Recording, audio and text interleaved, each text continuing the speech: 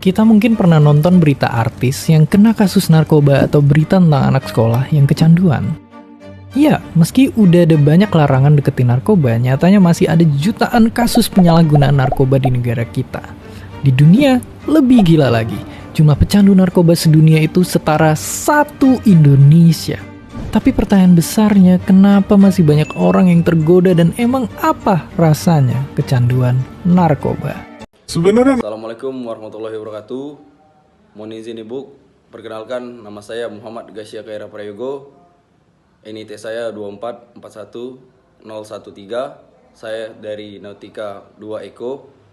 Dan hari ini saya akan membuat video edukasi singkat tentang apa itu rasanya kecanduan narkoba.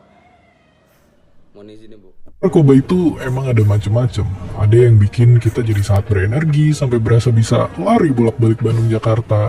Ada yang bikin jadi ngantuk dan tenang, dan ada juga yang bikin halusinasi. Ya, ngeliat, ngedenger, dan lihat hal-hal yang sebenarnya nggak ada. Nah, salah satu jenis narkoba yang paling populer adalah sabu-sabu. Narkoba penambah energi yang bikin penggunanya ngerasa super senang secara instan. Tapi, apakah iya senikmat itu sampai bisa bikin kecanduan? Dari hirupan atau suntikan pertama, efek sabu langsung kerasa. Napas jadi lebih cepat, badan gemeteran, dan jantung berdebar-debar kayak lagi jatuh cinta. Kita jadi semangat, menggebu-gebu, dan percaya diri ngelakuin apa aja.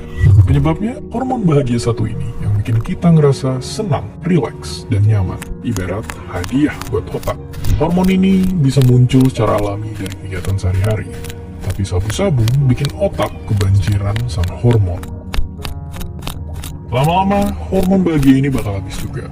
Masalahnya, otak udah terlanjur terbiasa ada di mode kebanjiran. Pas banjirnya surut dan balik ke kondisi biasa, kita malah jadi cemas berlebih, sedih, bahkan sampai depresi. Ya, mungkin pakai sabu-sabu itu kayak naik roller coaster. Makin tinggi naiknya, makin keras juga jatuhnya. Hidup jadi kerasa hambar dan gak memuaskan. Kalau nyerah sama godaan dan konsumsi lagi, otak bakal terbiasa dan jadiin sabu-sabu sebagai satu-satunya sumber kebahagiaan. Dan inilah yang bikin kecanduan. Mereka-mereka yang udah nggak bisa lepas dari sabu-sabu bisa kelihatan dari fisiknya. Selain itu mereka juga jadi susah fokus, suka menyendiri dan gampang emosian kayak kita pas tanggal tua. Masalahnya makin parah karena otak jadi nggak bisa nyiptain hormon bahagia sendiri dan bisa perlahan kebal sama efek sabu.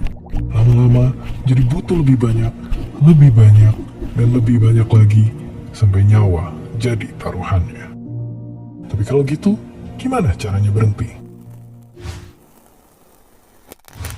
Kalau udah kecanduan parah, lepas dari jeratan sabu-sabu itu amat sangatlah susah.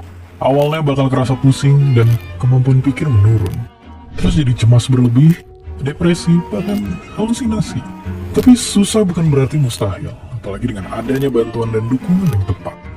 Misalnya kayak pemuda ini yang sempat ditangkap polisi gara-gara pakai sabu. Dia masuk ke pusat rehabilitasi, didampingin konseling, dan akhirnya bisa berhenti. Oke, mungkin itu video dari saya yang sudah saya sampaikan, dan kita bisa lihat sendiri bagaimana narkoba dapat merusak otak dan memiliki kecanduan yang sangat parah. Mungkin sekian Ibu video yang saya tampilkan buat tugas tersebut. Saya akhiri, wassalamualaikum warahmatullahi wabarakatuh.